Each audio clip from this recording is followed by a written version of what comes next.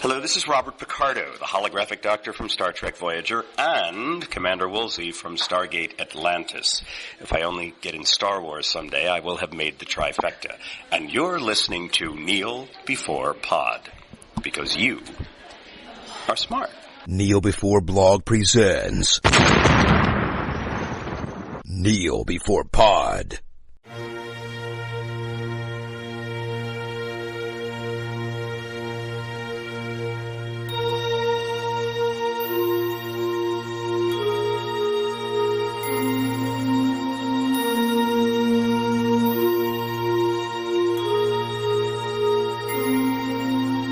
Hello and welcome to Kneel Before Pod, the podcast that you haven't experienced until you've heard it in the original Klingon. I'm your host Craig, and it's time for our annual First Contact Day celebration. 40 years to go, so this could be a bumper negative anniversary. I don't know, we can talk about it. But joining me to discuss the First Contact Day celebrations are Angus and Natalie. Hello. Hello. Greetings. Happy First Contact Day. Minus 40. Minus 40, minus T-minus? about a month at time of recording. This is all live. It's all live, yeah. You're hearing it live right We now. perform it for you every time you listen. We're confused. Subtle differences. Watch out for them. So what you have to do is keep listening to this every single day and then find the differences and report back. 40 years to go. Zephram Cochrane would be alive at the moment. Although he would have been alive a while ago. Who's that? The man that invents warp drive on Earth. Babe's dead. Oh, Babe's dad. Wait a minute, isn't he also the bad guy in Alien? The Predator versus Prometheus? No. Oh, that's ski, Richie. You guys I don't know confuse Babe as far as I'm aware. I would like to think I'm not the first person who has confused the two. Good to know that farce has descended already. Yeah. Woohoo! Star Trek!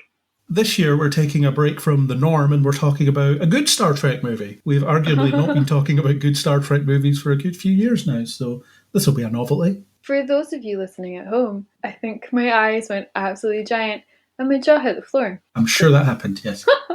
We're not talking about The Mask, but we're talking about Star Trek VI, The Undiscovered Country, which is the final adventure for the original series crew, apart from some cameos and generations that you can take or leave. I think most people would rather leave them, although that's probably the best bit of the film, that opening sequence. But anyway, we're not talking about that. We already did. You can listen back to that. Yeah. So, Star Trek VI, The Undiscovered Country, our First Contact Day special this year is talking about this. This is one of the good ones. Like I said, it's an even-numbered Star Trek movie, which makes it one of the good ones. Although, you have to reverse that for the reboot movies, because Into Darkness is the terrible one. I liked Into Darkness. Don't even start. Is Into Darkness Chris Pine?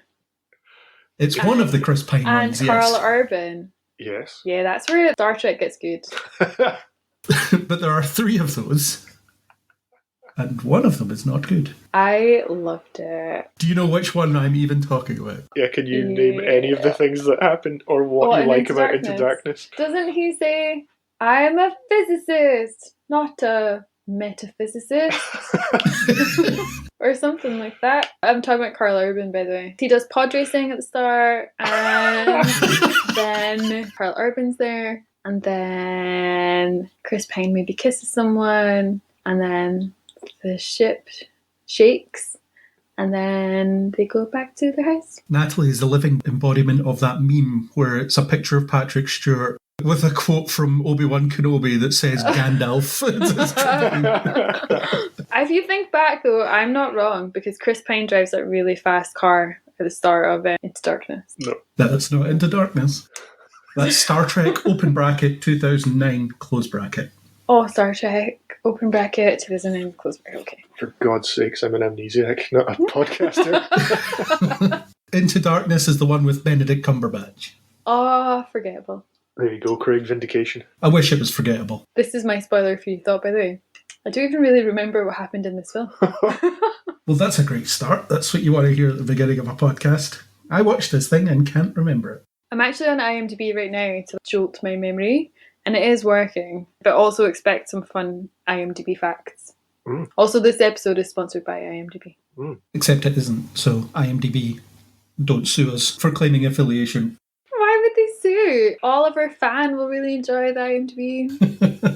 All of your statements are followed by disclaimers.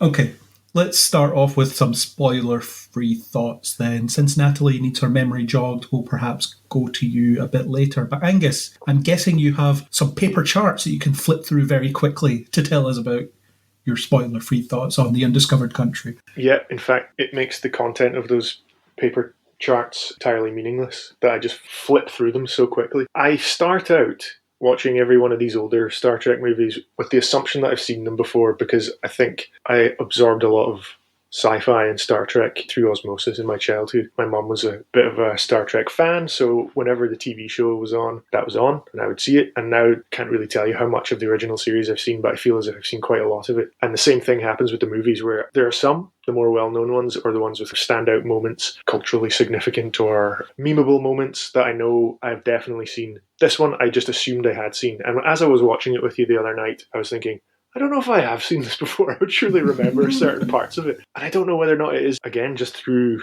stuff being out there in the zeitgeist that I was aware of this. I feel like I haven't. And this was my first time watching it. Enjoyed it. I liked some of the pulpier things about it, which we'll get into later. Those are my spoiler-free thoughts. Cool. Natalie, can you remember it enough to ascertain whether you liked it or not? Yeah. What I'll do is I'll give you my spoiler-free thoughts to start with. Do that. Can you believe that Star Trek 6 had 6 writers? Because with the way that story went, I believe it had 6 writers. If you get my drift, I'm looking at Gus. He doesn't seem to get my drift. Anyway, it was interesting because I felt like the film itself was a spoiler, because I haven't had the luxury to watch these in any order, because we've just watched whatever has come up for First Contact Day. So I, for example, will this be a spoiler to the audio? How is he supposed to answer that question until you've said it? Let's just assume that it is. Okay, well, first off, this could be a spoiler. I didn't know that Kirk had a son. Okay. Second, I didn't know that he had a son and that son had died. You waiting for any spoiler alarms to go Yeah, I off? was waiting on a spoiler alarm. So for me, the whole film actually opened way more portals than I was prepared for. I think it's probably a good point, because maybe if you're very familiar with the material and you might have seen these a few times, or you've watched them in order, then you're aware of a lot of those plot points that come into the story. But yeah, for you, if you don't know what's going on, that maybe highlights how much this ties into the rest of the series of movies and TV show. I agree. 100%, because I feel like I said that bit just not as articulately. But I definitely feel like I am the small proportion of the audience, so I feel like I represent a small portion of the audience that don't come from a hardcore Trek background, because I definitely don't. I've watched some of the newer films actually with my dad. He talks fondly about watching them when he was younger, but I never watched it growing up. So I feel very much that I come to these films from a very classic Natalie space that's very blank and very open. It's based on nothing. I don't have any connection or preconceptions. Yeah, that's it. I just don't really know who these people are. I was reading the itinerary and I'm like, I don't really know the names of all these people, even though I feel like I say this every time we podcast about it. But it's actually discovery for me. A Star Trek discovery. Thanks, that's where I was going with it. I was down on Craig going, haha, but it didn't happen. I thought you were going to be like, oh wow, she doesn't know Trek, but she gave us a Trek joke. But also I should stop calling it Trek. There are worse things you could call it. Okay. I might have some of those for later. You could call it woke Trek, for example, like some people do. What's woke Trek? Apparently all the modern stuff, because previous Star Trek stuff was never woke. You mean because it just talks about white saviours and colonialism all the time, and the real American hero? Do you mean that? Spoiler alert! No, it's more in connection to the new Star Trek, where people consider it to be overly woke. Too representative. Too many blacks and gays on our Star Trek these days. We don't like it, says some people. I don't say that, just to make that clear. I would never say that. Yeah. Who are those people, and they sound like horrible people? Oh, it's not worth getting into it now. Yeah. They are awful people. Do not associate with them. So through all that, you never actually said whether you enjoyed it. So did you enjoy it? As Gus mentioned, we were round at Craig's watching it together, which was really nice. In 4K with pizza. Yeah, we had one of the biggest pizzas I've ever seen in my life. I really enjoyed being around at yours and playing with your cat, very aptly named Spock. So shout out to Spock for being so cute and fluffy and playful, because it was fantastic, because he's a very young cat. That was the highlight of my night. 100%. So you think that the cat and the pizza and the companionship added to your enjoyment of the movie? I'm going to go with that was the highlight. Diplomacy. Does that mean you didn't like the film? I didn't like the film. Okay. Interesting. So this will be a really fun discussion, but as I've already actually prefaced, couldn't really remember a lot of the film because I was engrossed with Spock. The cat. The cat. The fluffy cat. Not the Spock on screen, to be clear. Not Leonard Nimoy. Oh my god, I know his name. Yes, not Mr. Nimoy. Yeah. Okay, my spoiler-free thoughts are, this is my favourite Star Trek film. I just love it. I never get tired of watching it. I just think it's great. And since I've been stuck watching Picard recently, which isn't really about anything, it was really refreshing to just watch a bit of Star Trek that's about something. I hadn't realised how much of a novelty that is in the modern era of Star Trek. That's nice. Back when they made it about issues and complicated questions and Ideas. self-discovery and so on. I do feel bad that I didn't enjoy it when I know that it is your favourite. So I am really looking forward to hearing more of why it's your favourite and how it has beaten all of the other Star Trek films, including Into Darkness, which is joint number 2 out of IMDb's top rating for Star Trek film. Another reason not to trust IMDb. That's why I turned them down as a sponsor. Do you know what number 1 is for highest ranked Star Trek films on IMDb? Wrath of Khan. It is Wrath of Khan. It's over 8 point something. So Wrath of Khan, and then number 2 is the film that shamelessly rips off Wrath of Khan. That's nice to know. Well, the one that's also joint. So where's Wrath of Khan here? I'm just scrolling. Wrath of Khan. Oh, in fact, 8.4. Maybe it's joint third. Oh, where's Wrath of Khan? I've lost it. 7.7 is Into Darkness. 8.4 is Star Trek. And then 7.7. Oh, it's actually Into Darkness is joint second place with the Wrath of Khan. How does that make you feel? Just proof that you can't trust IMDb's rating system. Oh, I think it's fantastic. It's so easy to manipulate. People always review bomb stuff and whatever. So let's not put any stock in that because it doesn't really matter. It's all just rankings anyway. I never really take stock of rankings and lists and all that kind of stuff. It's just not something that I really see any value in. Yeah. I'm thinking about, what is this one? So this one is rated 7.2, which would place it a few films below. What would be above it? Star Trek 4. Let's get out of this ranking rabbit hole and let's perhaps fire off a phaser and set off the spoiler alarm. Fine, let's go. Because as we all know, you can't vaporize anything on a starship because it would set off the alarm, as we all know. Oh, We all learned. I learned that. Even I learned that. So let's do that. Let's descend into spoilers or ascend into spoilers. I don't know. Whichever way you want to look at it. Into Darkness. No, let's not go there. We already did that. We never need to do it again. Anyway. Like this?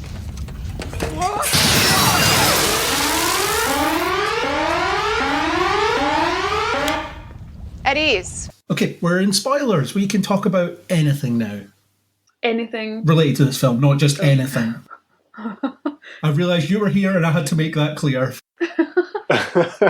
Yeah, I do like that you know me and you were like, actually, I need to reword that. Okay, let's start with the plot. So the conception of this idea is that it's the end of the Cold War / the Berlin Wall comes down in space. The whole notion of we're going to end this unrelenting hostility between these two major powers in the galaxy after decades of being that way. Some people are not quite so enthusiastic about moving into a bold and peaceful future, and that possibility comes under threat for that reason. Let's just talk about the opening, where we have Chernobyl, essentially. Is that what it was? Yeah. The Klingon moon Praxis blows up and lets off one hell of a shockwave. It is later attributed to overmining and insufficient safety precautions. You have to wonder what they were doing on there to obliterate half the moon and send out a shockwave of that size. Is this a caution for fracking? It could be. Oh, how relevant to today. Yeah. Have you written that down? No. Oh, I thought that he might have. It could be, yes, and carelessness and all that stuff. So it's Chernobyl. It's the idea that this disaster that many attribute to the fall of the Soviet Union because it started dominoes falling that then led to the end of the Cold War. So we have that, and massive shockwave is historic in terms of visual effects. It's known as the Praxis effect. Basically, anytime something blows up, they add that shockwave emanating out of it. The Star Wars special editions added it when the Death Star blew up. Do you think that was just because it looked really cool that people were like, right, this is now shorthand for planet blowing up? Yeah, it does look really cool. No comment. No, I'm joking. Gus's face. He's cringy. I thought it looked alright, and we saw it in 4K. It was quite cool. Yeah, and we see Sulu. He's got his own ship. He's on the Excelsior. The shockwave hits, and you get a minute or so of him crawling along the floor to get back to his chair. And he breaks a teacup, which I always found really tragic. Aww, and they're really nice teacups as well. I do remember the teacup. I think I said... I remember you specifically commenting on the crockery. Yeah, and then Craig said something like, oh, would you not want one of those? As in something else. I can't remember what that was, but I was like, no, the teacup. For sure. I think I mentioned the wine bottle. Oh, wait, what wine bottle? Spock's wine bottle. Oh, yeah, the weird... Oh, it's a glass. It's like the weird bubbly bubble contemporary glass piece. Oh, so you do remember it. I remember it now. It's all coming back to me now. Angus was misrepresenting it to trick you into remembering it. Some kind of weird memory game he's playing. I think so. So the opening is, it just sets up the idea that the Klingons have screwed themselves and they can now no longer afford to be at war or at Cold War. They can no longer afford to not be at peace with the Federation. And Spock, among others, sees this as a great opportunity to end hostilities. There's a meeting. The Enterprise crew are all invited, except Sulu, because he's light years away. But everybody's there. And they get told that they're going on a mission to escort the Chancellor. So what do you think of this idea of, we're getting away from these hostilities, we're going to try and move into this brave new era of peace and prosperity, and basically the open resistance you get to that during that briefing scene? Angus, we'll go to you first. What do you think of all this as a weighty opening? Yeah, I think it's interesting thinking about it in the context of the recent history that it was based on. When I was thinking about what we were going to be discussing, I think a lot of it relates to that context, and how watching it out of context, or if you're Natalie and you don't know anything about any of the relations between any of the factions in this, how does it come across? How do those old grudges bear out, and how well are they represented? I suppose that's what they're trying to get across with the council meeting and with the dinner and things, and the differences in customs and etiquette and stuff. You can kind of see that playing out and their characters reacting to that. Oh, you've just reminded me of something. But it also made me think about if they were still making sci-fi about ideas and about historical allegories and things, would we have looped back round to a Star Trek that's about how the Klingon Empire fell as it was at this point in this film, and then had however many years, a few decades worth of westernization or Starfleetization, but then would it come back around to where we are now with Russia and the Soviet Union? I don't want to make it too political. But if it's politically based, yeah, it's got very clear... You should make it that political, because the film is that political. It is very much leaning in that direction. It's knocking on that very specific door.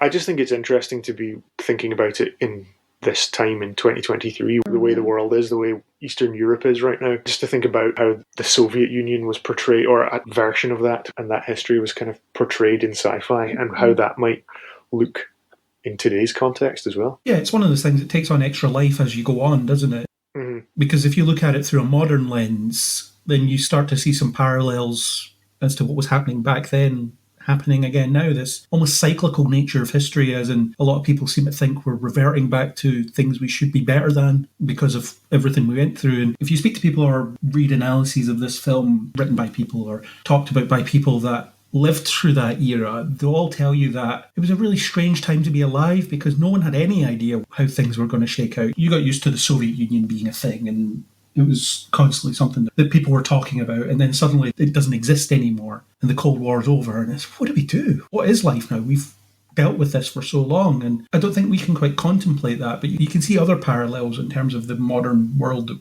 we live in.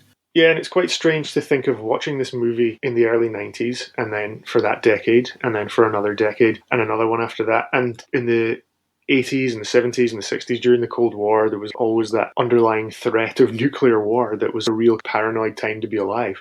And then I suppose with the end of that and the fall of the Berlin Wall, and this film kind of summing up a lot of that history or representing it in the context of Star Trek. Now in the context that we're watching it, it's quite different, that things have kind of escalated again, so it's quite strange to see what's probably quite a hopeful film about the coming together of cultures and the breaking down of barriers between rival factions, all of that going out the window or crumbling again as things get more and more complicated. And Deep Space Nine did a storyline where the Klingons went to war with the Federation. The idea that they were cooped up in peaceful times for too long and they were looking to get back out there and fight, and the Federation were holding them back, or at least that's what some of them believed at that point. And that was in the mid-90s, so it wasn't too long after this. It's almost prophetic, isn't it? The idea that these alliances, these solutions apparently only last for so long before they break down again. And that's kind of what we're living with at the moment. We're watching things crumble around us, and we're wondering if someone will be able to salvage it in any way. Yeah, it's a shame, because I suppose commentators always say we'll learn from these big events in history, and as you said, it's cyclical and we always end up repeating the same mistakes.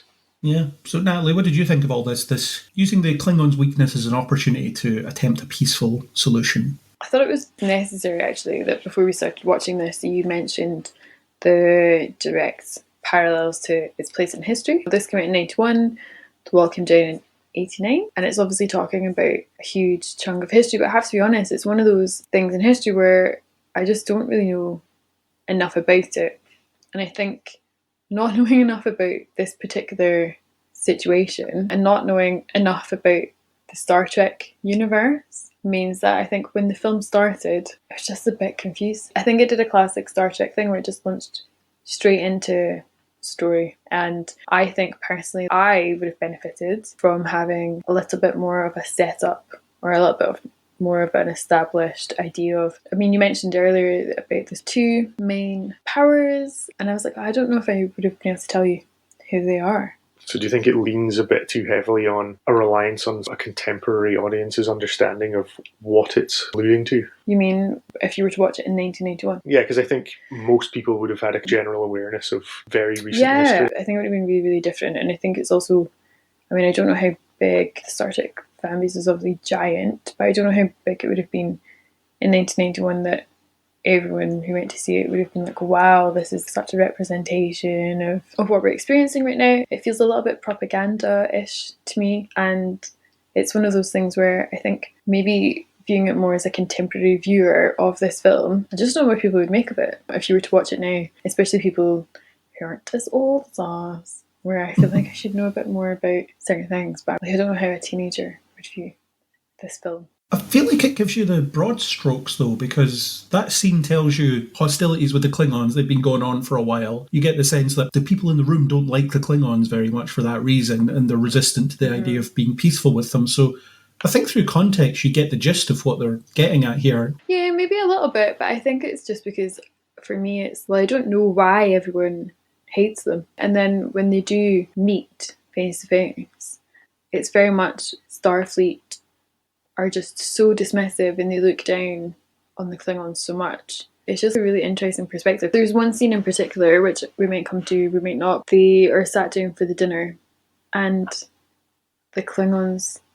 don't use cutlery in the way that maybe Starfleet people want them to or expect them to. And it was just part of a thing where I was like, I just don't know if that's necessary. It was like trying to really call them out for maybe like an ignorance, but it's like, well, they don't have the same things in place that we do, but they'll have things in place that we don't have. It just felt like such a strange thing to point out or focus on. Oh, I don't know, gave me a bad vibe. About highlighting their perceived differences. But it's not about a perceived difference when it was so negative. It's portrayed in a way that's really dismissive of the Klingons. I get the idea that by name they're maybe not great. I don't know who they are. But I just remember one of the things that stuck in my head was just when you mentioned this going to dinner. It's not so much that I can remember the scene. I just remember being a bit kind of like, oh, I don't really like that. I don't really like how they're being looked down on for not using cutlery. It felt so, I'm going to say it felt quite racist. That's exactly the point, though. That Starfleet are calling themselves out for being racist. Well, the film is calling out the characters for being prejudiced and having these deeply ingrained prejudices because they've seen the Klingons as adversaries for decades, and most of our characters in this film are old. So they've been in this Cold War for decades. It's about 40 years, they say in the film, I think. So the idea is they've never had the opportunity to learn anything about the culture on the other side. And the same applies for the Klingons as well. They look down on humans as being weak and so on. And that's what that dinner scene's all about. It's about them not seeing eye to eye because they are of a generation that will find it very difficult to see eye to eye because they have all that baggage. You'll probably have young cadets at the academy who will be more receptive to the idea of being peaceful because they haven't lived in that hatred in the same way. Obviously, they'll hear about it and maybe their parents would say things like, Klingons are awful and watch out for them or whatever. But younger minds are more receptive to being changed in ways that older minds aren't. And that's what that scene's about. So yeah, the cutlery thing is a good example because they're not like us, they don't use cutlery. That makes them savages. They have that post-mortem after the meal where Uhura says, did you see the way they eat? And Chekhov's like, terrible table manners. But the Klingons would see the way the humans eat with cutlery and their food isn't living. Because Klingons, they eat live food. Is that something that's been established by that point in the franchise? Probably not in the films. I mean, that's not something that I would know. Yeah, but anyway, the two sides are there, and the fact is they can't come to any kind of... But it's not like you see the film from any perspective, really, that is Klingon. There's no scene that's like, oh my god, did you see how those guys were eating or whatever? There's no perspective offered of the Klingons. It's all really one-sided. No, it's about our crew. Yeah, I do acknowledge, though, that maybe missed something there with the calling out of these sort of long-established hatreds, I suppose. Yeah, and that scene is great because it just has so much in it. You have Chang just trying to wind Kirk up because he wants to fight him. He's always wanted to fight him, and he'll do it over dinner or he'll do it in the courtroom or anywhere he can get the chance to knock a few lumps out of Kirk, he'll take it. And Kirk takes the bait as well when Chang says, we need breathing room, and he says, Earth, Hitler, 1938. And then Spock looks at him and is like, oh God, you just said that. And Chang clearly gets the reference as well, even if he doesn't directly understand what it means. You'll be able to get it through context. So that scene, you're not supposed to come away thinking that the Starfleet side of the table has conducted themselves in any kind of reasonable way. Then it worked. It worked perfectly, yeah. Success.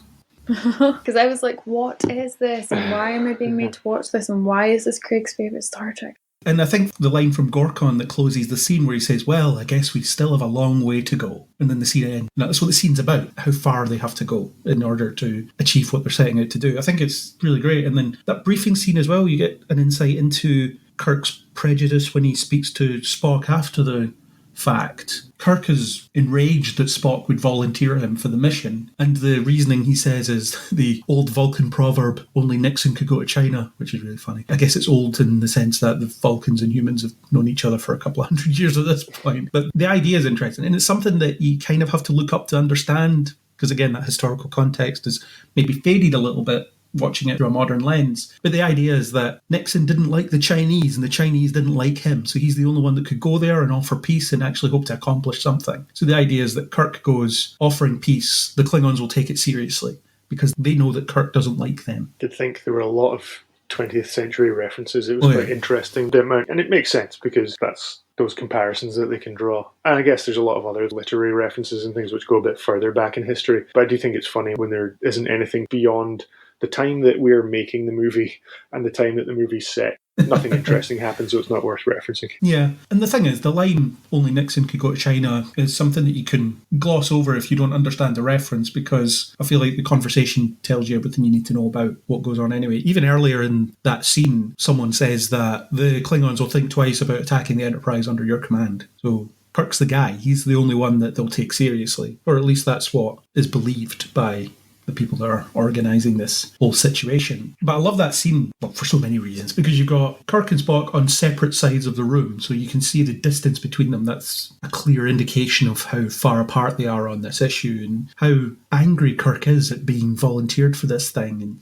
calling the Klingons animals, and Spock trying to appeal to his better nature by saying they're dying, and he practically spits out, let them die. You know, it's an emotional statement in the moment that he would come to regret. And when he does his log entry, he says, how can history get past people like me? So he understands where he's coming from here. But at the same time, he still feels it. And I quite like in anything, really, where you get this dichotomy between people understanding what they should rationally think about something, understanding what's rationally best, and then how their feelings enter into it. Because that creates an internal conflict in people. You know you should think and feel a certain way, but you feel and think a different way. And it's very difficult to resolve that. And that's what Kirk has to deal with in this film. It's pretty deep. Yeah. Do you think you need a prior knowledge of their relationship to fully understand that scene and that interaction? It would definitely help, yeah. I think if Star Trek 6 was your first Star Trek film, you might struggle with following what's going on. But then, with this being the sixth film in a franchise, I feel like when making it, you can probably assume that anybody that's coming to see the sixth one will have seen at least some of the other ones. Or remember something about them in some way. Yeah. But we talked about this though, right? Because I haven't seen all of the other films. I've only seen, I think I asked you, what were the ones that we've previously podcasted about? We've podcasted about every Star Trek film except 1, 3 and 5. However, you weren't on all of the previous ones. Yeah. So I think in 5, that's when he gets the sun, that's when the sun dies or something. No, that's in 3. Well, he gets the sun in 2, the sun dies in 3. Great. So I haven't seen any of that. So I've definitely come to this. I'm at a disadvantage for sure. Welcome to the party, pal. But you know that Kirk and Spock are best buds, don't you? At least. Well, are they though? Because in this film I was like, maybe I've always picked up that relationship really incorrectly. Maybe they hate each other. The idea is that they can disagree and it doesn't destroy their friendship. That's how strong their friendship is. But this film definitely has them, quite a lot of it. I was like, maybe there's a plot twist or something in this. Spock's going to turn around and he's going to have actually pushed Kirk into death scenarios because he wants to rule the world. I don't know. It was one of those things where it's like, he's up to something here, and I thought that he had a bad angle for sure. So he must have been really disappointed when he didn't turn out to be behind it all. No, I was just a bit confused because I was like, well, why did he have to be so shady? In your mind, anything's possible. What do you mean? Well, I think most people would watch this and assume that Kirk and Spock were always going to be working together. Whereas you would think, well, I don't know. This could be the one. Seems kind of shady. It's true, I had those thoughts. Spock wanted him to rot in a Klingon prison. I think I think part of me engaging with this film was me thinking that Spock could turn out to be a baddie. That's an interesting perspective. I don't think many people would go down that route, assuming that Spock is a bad guy. I thought he was up to something. Well, he is up to something. He's trying to create a peaceful future. From a certain point of view, that is a bad guy. What was meaning? I just thought he was up to something with Kirk or something. I don't know. But they've never been more far apart on a given issue than they have here, and I wouldn't say it really puts a strain on their friendship. I think Spock has just been patient, waiting for Kirk to catch up to his way of thinking. I don't think he's judging him harshly as a result of the way he feels. I think he understands it, but he needs to wait until Kirk comes to that conclusion himself. So again, I feel like that shows how strong a friendship they have, because Spock knows that he'll get there. What other things have they previously disagreed over? Green or blue milk? Or which way the toilet roll should be outwardly facing? Inwardly facing? Shoes on or off on the ship? On the ship. I just want to know what the gauge is of other things that they've disagreed on. I think that Spock probably has known him long enough that he understands what it takes for him to come round to a particular way of thinking or to accept an idea. Are Spock and Kirk based on Thor and Loki? Not that I'm aware of, no. Cool. Just going to leave that there. Cool. Just a question for people to ponder. There are people that work exceptionally well together, and they represent two extremes, and this film gets at that at the end, or towards the end, where they have that conversation. Kirk says, we're both extremists, reality is somewhere in between. So Spock is the logical one, and Kirk is the reckless rush in and get the job done one. And then McCoy is usually there to temper that in some way. He usually tells them both to calm down, and that's when they're at their best. And I think one of the best things about this film is that all the characters are playing to their strengths. You've got Spock taking charge of the situation, puzzling it out, trying to solve the mystery. Kirk's in the thick of it, getting in fights and stuff. McCoy's there, offering his curmudgeonly perspective. And the other characters as well, even though they don't have a tremendous amount to do, they're doing what they do best, except from Chekhov, who doesn't really know his own job, which is hilarious. And Uhura is looking up language in dictionaries. Yeah, she doesn't know how to speak Klingon. That was a really cute scene, actually. I enjoyed them. Apparently, Nichelle Nichols argued against that because she believes that Uhura would speak Klingon, and the director was like, nah, we've already written the scene, so we're doing it. Wait, so should she be able to speak Klingon? Well, you'd think so, yeah. Then that is rubbish that she wasn't listened to. I agree. I think it's a weakness in the film that they put that scene in, even though it is kind of funny. For me, who has no expectations on what languages any of them should be speaking, I was like, wow, look, they're having to look something up in a book That's what was funny to me. Not that it wasn't like Google Translate. It was because I was like, oh, they're having to use a book. Well, the universal translator will be recognised. That's really disappointing, though, that Nichelle raised what sounds like a really valid point and then was kind of dismissed. She did get her way in one aspect, though. Before the dinner scene where Chekhov says, "Guess who's coming to dinner?" That line was originally Uhura's, but she flat out refused to say it because it's a reference to a Sidney Poitier film called Guess Who's Coming to Dinner, that's about a woman that brings home her black boyfriend, and it's about her racist parents not liking that. So she understood the context of that reference and said, "I'm not saying that line. I'm just not saying it." Okay, that's quite interesting. I wouldn't describe it maybe as she got her way. I would say she's raised some very interesting points. Or she had very valid. She had valid objections, and absolutely, those were listened to. valid objections. So yeah, I wouldn't see that as getting her own way. I think it's better coming from Chekhov as well with his pseudo-Russian accent. Makes that a punchier line. Wait a minute, I haven't read the book, so I have to be honest. So they say what is a well-known sentence from a book that's challenging people who... I'm just trying to think here. What book are you talking about? Did you say it's a book? It's a film. Sidney Poitier? A film? It just seems like such a... I don't know. There's something I'm not liking. Well, I think what the director was getting at was trying to make the audience a bit uncomfortable with everything that's going on, because you have your hero characters just rhyming off pretty racist and intolerant dialogue, and that isn't easy to see. But I think that makes it more powerful because you see that these are people and they've lived in this world for a bit, and the idea that they would be so immediately progressive is unrealistic. Do they also acknowledge maybe then that they've been racist in other films? Is it sort of a thing of, wow, they've been racist the whole time, but we've just never pointed it out in a way that's so blunt as this? The use of the language isn't ever as strong as this, but any previous encounters with the Klingons, everybody's okay with the fact that they're on opposite sides. So it's not an issue in the way that it is here, as in the previous film, for example, has them fighting against a Klingon bird of prey, and they're like, yeah, they're the Klingons, fine. And Star Trek 3, you've got a Klingon adversary there as well. So it doesn't play in the same way in previous films, because even as the audience, we're coded to see these Klingons as bad guys because they just are. Mm-hmm. It's actually quite a raj film. And it is uncomfortable. You watch that dinner scene, and when Kirk deploys the Hitler line, it's, oh God, he said that? That's not good. Yeah, it's not the sort of thing you'd usually bring up at a diplomatic dinner. No, and I think they deliberately position Spock and Gorkon on opposite sides of the table as well, because it's like everything's happening in between them, and they're the ones that are representing that future. They want that future, and they're both witnessing how difficult it's going to be. The gulf between them. Yeah, just through one isolated interaction. And that problem's on both sides as well, because Chang clearly isn't up for peace either. No. And he spends the whole time just trying to wind Kirk up, and Kirk is in the headspace to fall for it, which I thought was great. I love it when you see your characters being fallible, and I don't think it diminishes them in any way. Well, yeah, it makes them interesting. If he was completely immune to it, then you wouldn't have any of that conflict. Yeah, plus Kirk has a bit of personal skin in the game because he blames the Klingons for the death of his son, which is a bit of a simplification on his part, because it wasn't the Klingons that killed his son. It was a soldier under the command of someone that wasn't acting with any oversight from superiors. So it was an isolated incident that had nothing to do with the Klingons. It's not that the Klingon government assassinated his son or whatever, but it was still a Klingon that did it. His hatred is more complicated than that, because it is just another reason that you can hate them. Let's talk about some other elements of the plot. So you've got the Enterprise whodunit, as I put on the agenda. Basically, they're going through a bit of a detective plot in order to find out what's going on here. There's a couple of mysteries at play. You've got the torpedoes that were supposedly fired by the Enterprise.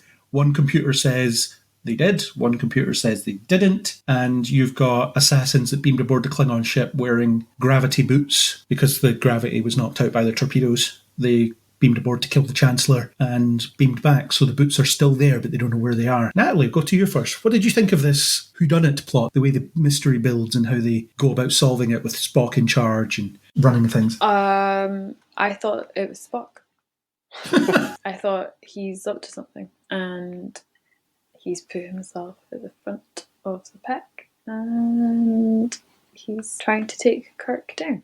I feel like I watched a different which is absolutely not anything close to what he was trying to do. And then you rewound the part where he put a tracker onto Kirk, and I was like, what is he doing? He's going to creep in on the conversations. He's going to hold something against them. So, yeah, I was like, wow, Spock's really out to get him. Okay. Maybe it's best to ask us. Yeah. So, Angus, what did you think of the way the mystery was done, the extended whodunit scenes? The search for the undiscovered footwear. Yes. I'm in two minds as to whether or not I like this bit, because I think I prefer the other major storyline a bit more, but then I don't know whether or not this is a good counter to it, because it's a bit slower, it's a bit more methodical, they're trying to work out what's happened. But yeah, I don't know whether or not I just found that didn't match the tension and the excitement of the flip side, the Kirk and McCoy bit. I quite like whenever they've got to chase around the ship and there's all sorts of different places that they've got to investigate and things. So I like that procedural aspect of it. But yeah, I just think in comparison to the other stuff, I preferred, as I said earlier, the kind of more pulpy aspects of the Kirk and McCoy off-ship dealing with being in captivity sort of stuff. I prefer the stuff on the Enterprise. I really like how they puzzle through everything, the mystery of the torpedoes that may or may not have fired, and he makes Scotty go and visually account for every single one of them to rule that out. I always laugh at the bit where Kirk says, "We haven't fired," and Spock's on the bridge at that point while they're communicating with the Klingons, and he says, "According to our databanks, we did." Shut up, Spock. The Klingons are right there. They heard that. But they managed to solve that one pretty quickly by making Scotty walk through their entire inventory of torpedoes and just confirm visually that they're all there. So that's fine. But it's one mystery, and then it's the finding of the boots. I don't know, I just like the franticness. The anti-gravity boot. Yeah.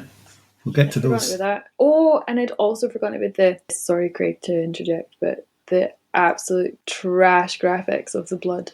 The Klingon blood.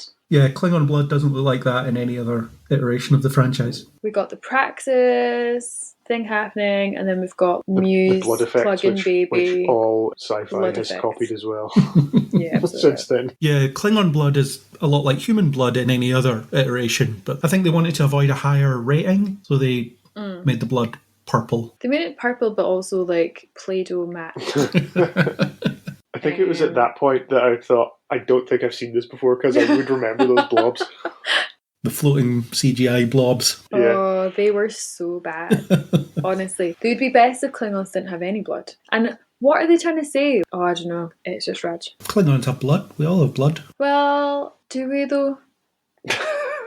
Yeah? I digress. So I think the mystery, in quotation marks, of the torpedoes, I don't think it was as compelling, because they confirmed that they had them all and the computers said that they fired. And I guess once you've reconciled that, you know what's going on. I didn't find it particularly gripping. I guess who's behind it and what is going on in the overall context is more exciting. But yeah, that actual point seemed like it could be cleared up quite easily. Well, they don't spend too long on the torpedo thing. It's just something that happens. It's to create chaos, isn't it? And it's to slow them all down. Since they have to visually account for them, and I don't know how many torpedoes the Enterprise A has. You don't? No, because it probably changes depending what source you read. But anyway, the fact that Scotty is annoyed about the fact that he will have to go and look at every single one of them suggests that there's a lot of them. He said that could take hours. And I presume that they need him individually, personally, to do it, because they can't trust anyone else. So he couldn't delegate and say, right, we've got this many engineers that we could share the task out. It's got to be someone that we know is a goodie. Yeah, plus in Star Trek, even though the crews are in their hundreds, it's only about 6 people that know how to do anything. It's always got to be a named individual to take the task. So Scotty has to go and look at all these torpedoes, and then he makes it very clear that he had to do that. The databank says that we fired, and he says, not possible. All torpedoes visually accounted for. I am knackered. I've been crawling through the storage of torpedoes, and they're all there. Definitely. You can just imagine with his post-its just slapping them on, or his little red marker or something like that, just drawing a dot on them just to make sure he doesn't miscount or lose his place or whatever. Yeah. But it's just an excuse to create more scenes where they can talk about stuff. I like how Spock is keeping the information that he has close to him because he doesn't quite know who he can trust. So he's only telling people what they need to know when they need to know it, rather than being familiar with them entirely. And it's things like, we will have no idea where the captain, Dr. McCoy, will be. And he says, I'll know exactly where they'll be. You do? Where? And he just walks off and doesn't say anything. I do love it. Again, it's Spock playing to his strengths. He's the calm, endlessly patient, logical one that's just ruling it all out before he comes to any conclusion. And he's tempering the emotions of everybody around him as well, because that's what he does. Scotty makes a comment and he says, I sympathise, but we need evidence. The kind of guy you'd never suspect of being a baddie. I was going to say, He's sneaking around. He's plotting and sneaking. Very suspicious. Except he's absolutely not. Well, maybe it was him all along. Craig wouldn't name his cat after a baddie. I don't know. I could have a cat called Chang. Aw. You could. Angus, you said you liked the prison plot with Kirk and McCoy. What was it you liked about that? You said there was a pulpy aesthetic. Yeah, anytime your main characters in sci-fi get taken away to court, kangaroo court or something like that, and especially the way this one's shot, it's very foreboding and it's very menacing. And it reminded me, I always like to bring things back to the 1986 Transformers movie. It reminded me of the scene in which Hot Rod and Cup are tried before the Quintessons. I thought it was very much like that, and as that movie came out 5 years before this one, I was like, yeah, a little nod to... A film where Leonard Nimoy did play a bad guy. Yeah, indeed. Wait, what? I know, so many connections. Is Leonard Nimoy in Transformers? Yeah. The voice of Galvatron. And then later on, What? Sentinel Prime in the live-action films. Oh, he knew what he was doing. So yeah, there's connections all over the map, but I like that stuff, and I like the prison planet. Anytime there's that sort of visceral jeopardy, or you're trapped on an ice planet, you're in a prison, you've got to break out, all that kind of stuff, I liked. That all appealed to me. And it's very original series as well, where you'd get Kirk stuck in a situation where he has to use old school stuff to get himself out of it. He needs to seduce someone, he needs to fight someone, he needs to convince someone. He also smokes a cigarette in this film. On the ship? Did they not have sensors? What? No, it was in the prison. The changeling woman gives him a cigarette to keep him warm. And he had to fight himself. Yeah. Oh my god. Can I remember that bit? I like it when the changeling woman kisses him and then McCoy says, "What is it with you anyway?" The changeling. Oh yeah. Is it a man? Yes. You get all that good stuff and that kind of commentary, and these guys have been playing these characters for a long time, so it's good when they can have a bit of a nod and a wink. I have to say, Amanda wasn't my most favourite bit of Star Trek. I thought she was really cool though. I thought her character was quite interesting. And the trial scene prior to that is where Kirk gets directly confronted by his prejudice. He's forced to answer for it. And ultimately he's forced to admit that he did feel that way. Gets his log entry thrown back in his face, which is really unfair, but he has to admit that he said those words. So he admits that he feels that way. And then you've got Chang attacking him as well. There's the reference to Adlai Stevenson, who said the "don't wait for the translation" line. This is in reference to the Soviet Union. It's just the fact that Chang is really biting at him in that moment. He says, "Don't wait for the translation, answer me now." Yeah, it was all good. And I wondered, was it being publicly broadcast, or were the crew on the Enterprise able to hack into it? Or was it on Klingon court TV? Yeah, they were watching it on Earth as well. Yeah. It's a damn show trial, says someone. So, yeah, it was obviously of interest to the masses. Yeah, you could just watch Klingon court TV if you want, I guess. That'd be interesting. If you've got the right package, subscribe to the right streaming networks.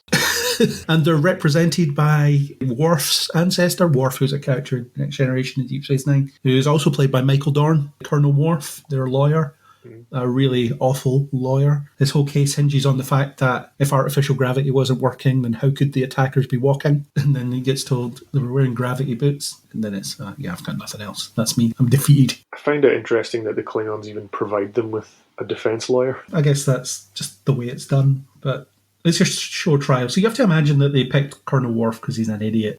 He's not really going to be any use here. He's lost every case he's ever fought. It'd be one of those things where the verdict is decided before the trial even happens. Just like in Transformers. The Exactly. But the Klingons decide to be nice and say, we'll stick you in this prison asteroid instead of killing you.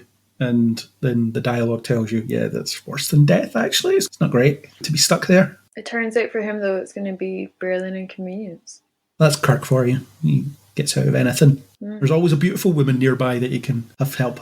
A beautiful changeling, actually. Yeah, but she's more female than not in her scenes. I've actually just been reading on Google that they're gender fluid. Well, it depends, because the changelings there are not the same changelings that appear in Deep Space Nine. Here it says, changelings are gender fluid. She's a comaloid, which is the only time they've ever appeared. Chameleoid. And I'm also looking at weird questions. Do you know what the Klingon mating ritual is? Yeah, that involves biting and throwing heavy objects. It says, combative foreplay.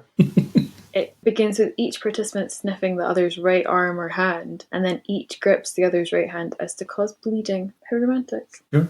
But not relevant to this film. None of that goes on here. It could have been a sentence meted out by the court. It could be, yeah. Death by Snoo Snoo. That Iman's outfit that we first see her in really reminds me of a lost cat from the musical Cats. I'm showing Gus now. She looks like she's from Cats. Does look like she could Look at break that. into song. It's kind of incredible. She has the feline eyes as well, doesn't she? Mm-hmm. She's looking for Mr. Mistopheles. Mr. Mistopheles! I messed up the name. Mr. Mistopheles. But she eventually becomes Kirk. They have a bit of a mirror match. Yeah. Don't shoot me, shoot him. No, the other guy.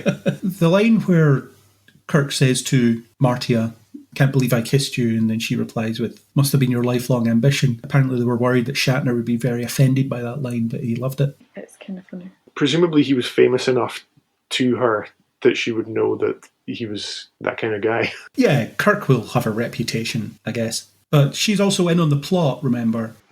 Yes, to lead them out to the ambush. To get her own freedom. Yeah, and then she gets killed. Killed while trying to escape. Yeah, that was a bit trash. Well, no witnesses, like the guy says, the prison foreman says, warden, whatever he is. But I did love the bit where it's, "We're going to tell you about the plan," and then they get beamed out before they can hear anything. Yeah. That was also quite funny. Well, seeing as we're going to kill you anyway, it was just so on the nose, it was great. And then, could you have waited 2 seconds? He was just about to explain the whole thing. Do you want to go back? It was a nice subversion of a trope, wasn't it? Yeah. And then they were stuck with no information again. They were back to where they started almost, which I always enjoyed. The prison stuff, I quite like it. I think it's a good way for Kirk and McCoy to interact. It's always great seeing them interact. And then it gives Kirk a bit of time to think as well. He does moralise about the fact that he's used to hating Klingons, and it never even occurred to him to imagine that Gorkon was in any way genuine. Yeah, it's quite interesting. I've been reading some articles about other people's takes on this film and how they've tried to wrestle with their unconscious biases. It's quite interesting to give that space, especially in 1991. Yeah, and the title of the film, The Undiscovered Country, is a reference to Hamlet. In Hamlet, it means what is beyond death, the uncertainty of that. In Hamlet, the play, Hamlet says that he won't kill himself because he doesn't know what's on the other side of that. Whereas in this, they talk about the undiscovered country as the future, and at a high level, they're the same thing. None of us know what's over that hill, whether that be death or the future, and people don't want to go over that hill because they worry it might be worse. For some, it's better to preserve the status quo than embrace that uncertainty, because that uncertainty is scary to some people. I wondered if this was working on several levels of Into the Unknown. So, Into the unknown. thank you. Frozen 2. We've got the historical allegory, end of the Cold War. I'm going to have that stuck in my head for ages now. There's the real-life analogue of this cast, this crew, coming to the end of their time, their mission. So it's the undiscovered country of what comes next after that. And then obviously all of the stuff that's actually happening in the plot of this movie as well. Yeah, it's a really layered title, and I think it's really punchy to refer to the future as the undiscovered country, because it is. You're heading in that direction, but you have no idea what's coming. And I think when the Soviet Union fell, people did refer to that as the end of history. That was recognised that this is a turning point.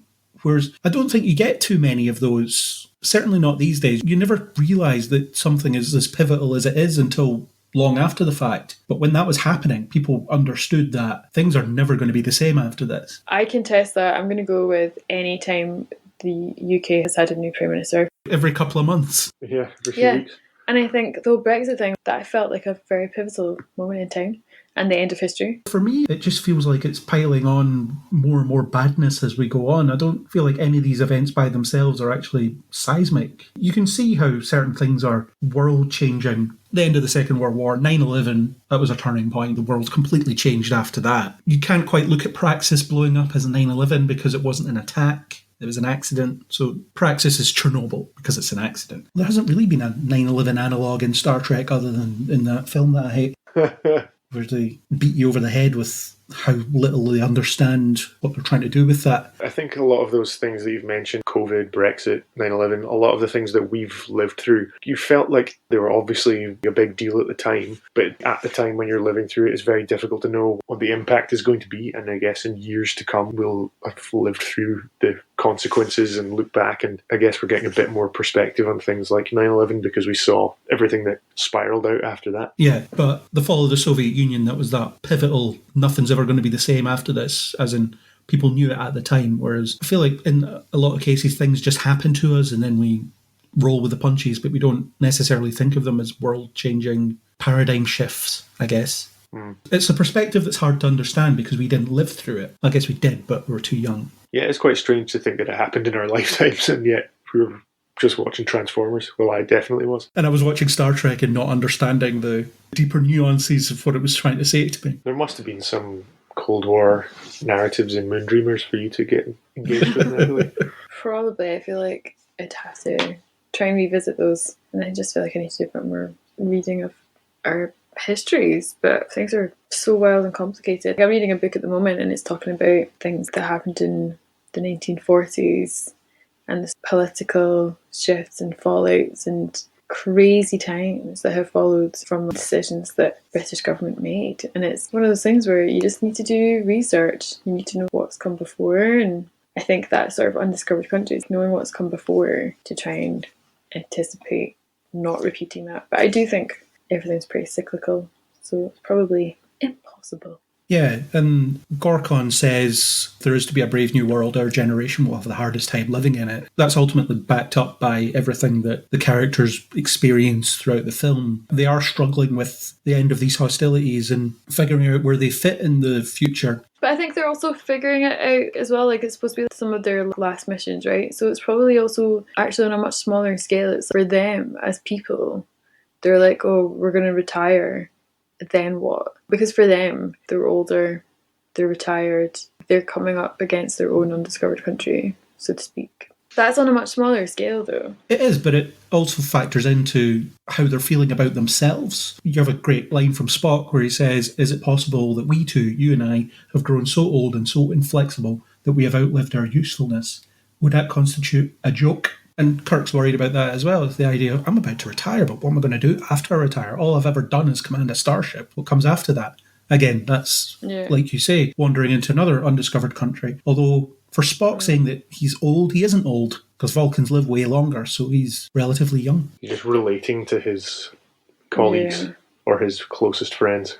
Yeah, I find it interesting watching it in a modern context as well, in terms of entertainment, because we live in an era where everything's getting brought back. All the old guys are coming back to do everything again. It doesn't seem like there's any progression in entertainment in a lot of cases, because it is about, let's capitalise on that nostalgia and bring everything back. But part of what Kirk's coming to accept in this film is that he needs to just get out of the way and let the next guys run things. And that seems to be something that we're moving away from, or have already moved away from, in the context of modern entertainment. Look at something even as ridiculous as The Expendables. Now, we don't want these modern action heroes, the old guys, they've still got it, haven't they? And stuff like that. You've got Picard as a TV show, which is about bringing back certainly the third season, let's get the old gang back together because nobody does it better than us. For how political it all is, though, I can't help but feel that they were maybe directing it towards whoever was a US president or some other kind of president or queen of another place. Would it not be more not about an entertainment level, more of a direct political? I feel like it was probably a dig at something to do with that, and considering that the queen in the 90s was still really old, kind of a feel it might have been partly to do with her. But then I'm making it UK centric, and that's definitely not the point. Well, the interesting thing is that none of the characters are resisting the fact that they're going to stand down. They all seem to be looking forward to it in some level, as in their time's past. Why are we doing this? Why are we out here doing this mission? We're too old for this. Well, I like that because it's also a sort of meddling thing, knowing that they're just meddling about getting themselves involved in things that maybe they don't need to actually be meddling in. I think that's quite interesting. I mean, in the case of this, you need Kirk to be the captain that gets involved here because he'll be the one that the Klingons will respect. But they don't, though. Why would he be? Because there are many recorded engagements between Kirk and various Klingons, so word will have got around that he's not one to be messed with. Yeah, I don't think I got that from the film, though. When they accuse him of murder and then put him into prison, I didn't get the feeling that he was in any position of power. They don't have to be right about sending him necessarily, but the fact that they think that the Klingons will think twice about trying anything with you in the captain's chair, I think it just makes sense. But in terms of actually shepherding this future into existence, you're better off probably with a younger captain that is maybe a bit more open-minded about these sorts of things, and Kirk recognises that this future might not be for him and he should just get out of the way and let other people live in it. Yeah. But we're going the other way in entertainment lately with none of this new stuff. Let's get the old stuff back because that's what people want, and It's a bit exhausting, to be honest. Talking about old stuff and bringing things back, I find it really interesting that Shakespeare exists in this world. And also Peter Pan! Honestly, that blew my mind. They all exist in that world because it's the future of our world. Yeah, but there's future of our worlds, that doesn't necessarily mean it's got everything from our world in it. If it's all fantasy. But do you think they all destroyed every copy of Peter Pan? Well, no, but it could be... I don't know, when did they ever say it's our future? Well, in Star Trek 4, they go back in time to the 1980s. Oh, why have we not watched that one? Does Back to the Future exist in this 1980s? Yeah, and Teen Wolf.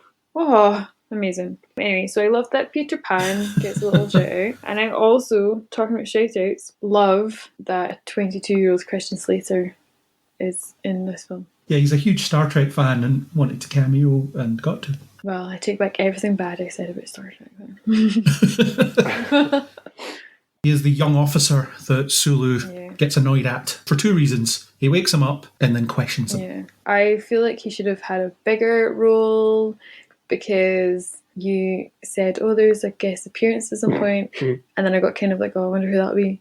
And then I think you said who it was. And then I was like, oh, okay. But then it took ages. It's quite into the film. And then every alien in heavy makeup you said, is that Christian Slater? Is that him? Is that him? Is that him? Honestly, it could have been any of them. And maybe it was. Maybe he's an alien and also himself. The bulk of my research was to do with Christian Slater. Was it? Yeah. So I wanted to know how familiar audiences would have been with Christian Slater playing parts in major movies at this point. And I think he'd been in quite a few, but I centred it mainly around the fact that Robin Hood, Prince of Thieves was released in the UK, at least, on the 19th of July, 1991. Yeah. This film was released in the UK on the 14th of February, 1992, so happy Valentine's Day in 1992. So, yes, it seems appropriate that the heartthrob Christian Slater, the UK would have fallen in love with him as Will Scarlet in Prince of Thieves. Everything I Do It For You, of course, would have been on the UK charts. Number one for 16 weeks, starting from the 7th of July 91, only toppled on the 27th of October 91, but would have persisted on. Probably, in fact, definitely would have still been on the UK charts when the Undiscovered Country came out. So people would have just been full to the brim with love for Christian Slater when he appeared on screen at this point. And I'm sure people could just hear strains of Bryan Adams echoing in their mind when he appears at that chamber door. I actually wish Star Trek would have done something like where he walked, because everyone's in a room, he comes to a door, he walks into a door. I really wish they did some sort of like, woo, sort of like audience reaction of woo, or like a clap or something. I don't know. That would have been brilliant. And also, according to our non-sponsors IMDb in the trivia, I don't know how true this is, but apparently he was wearing trousers that were made for William Shatner in another Star Trek movie. Wait, Christian Slater? Yeah. He's been in more than one? No, in this one he was wearing a costume, or at least the trousers from a costume that Shatner had worn.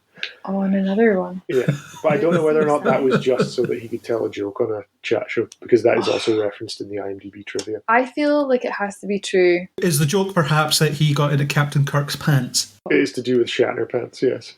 I really hope that that's true, and I feel like it is true, because that's the kind of thing I imagine sets have. It's probably like, oh, just put those on.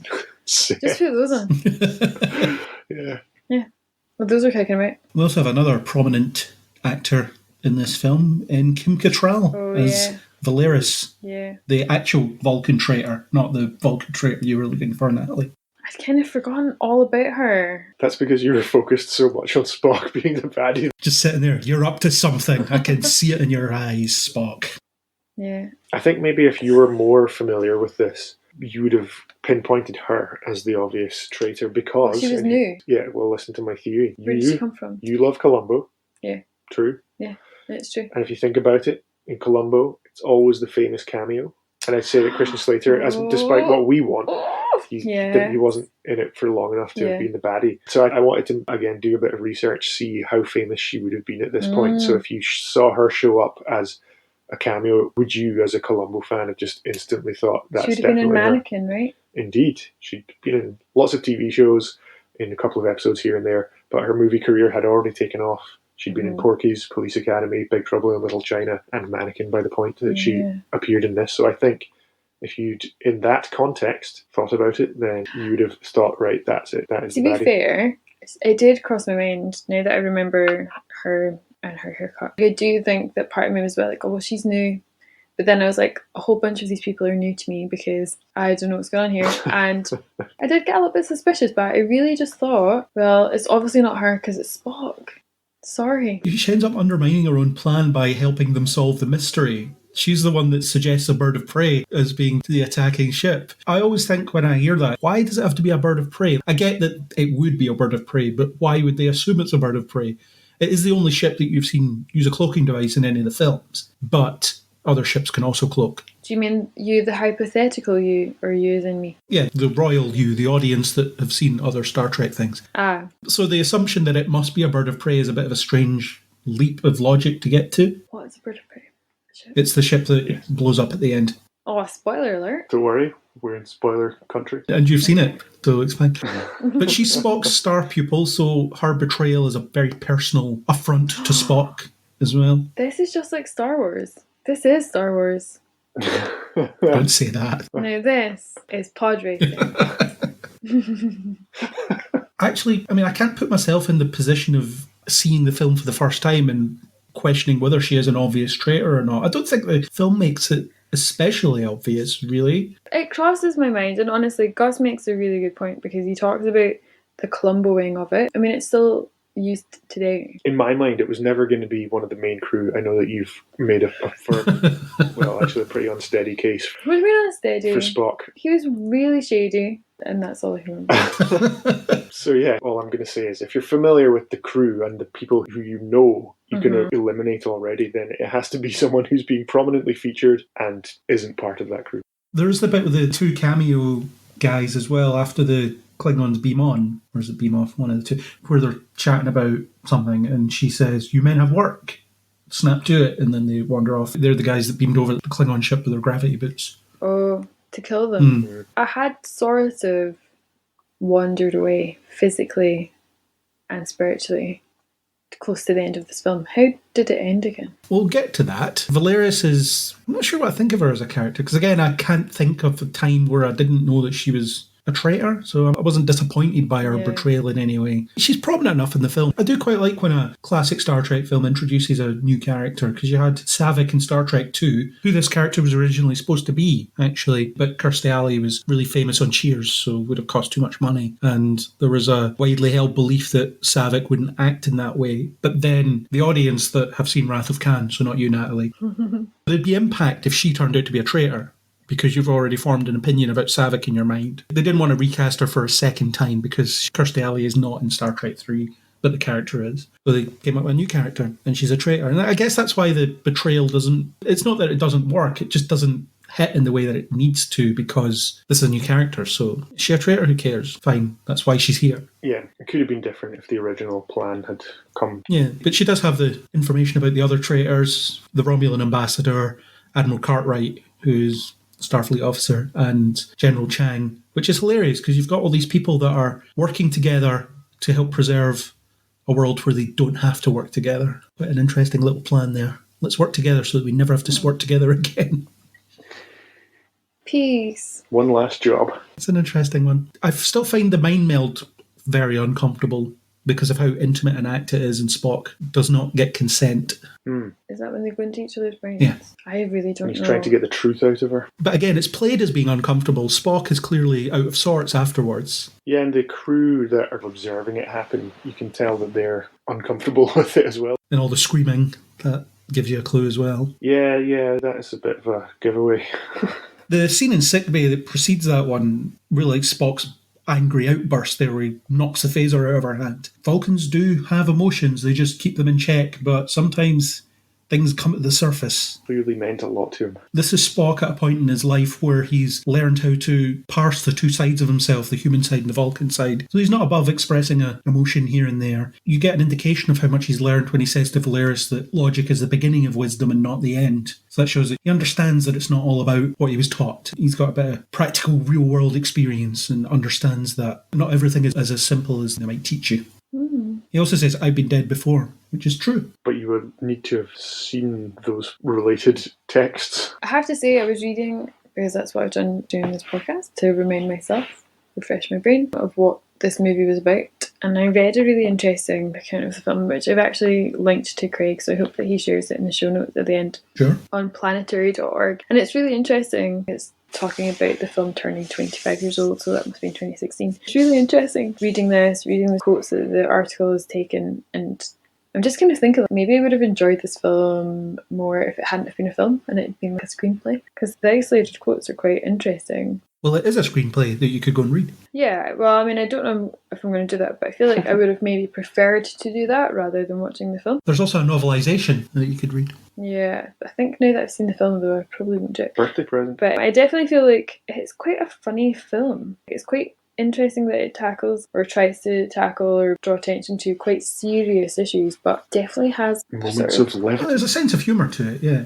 Yeah, and just quite a lot of humour throughout it. I just want to say it's quite interesting because there's definitely that quote that maybe we should have mentioned earlier and didn't, and it's the one to do with human rights or something. Inalienable human rights. Yeah, and it's quite interesting because they talk about how the fleet is basically just made up of humans, and I thought that was quite interesting. It's just one of those things that I read and I thought, oh, didn't mention that earlier, but that was quite an interesting thing. Except from Spock and poor crewman Dax, whose feet can't fit inside a gravity boot.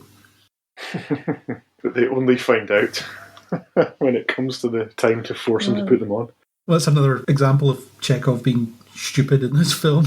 He's interrogating this guy and everyone's just rolling their eyes. General Chang is our villain of sorts, although I think the circumstances are more the villain than he is as such. That's what I like about him, though. He's in the background and then he's prominent exactly when he needs to. The screenplay isn't written with him just being the central antagonist that's there at every point. He's part of the tapestry of what's happening, and I feel like the film uses him exactly as much as it needs to. I loved him because I thought he was really hammy, and I like Christopher Plummer. Christopher Plummer Chang.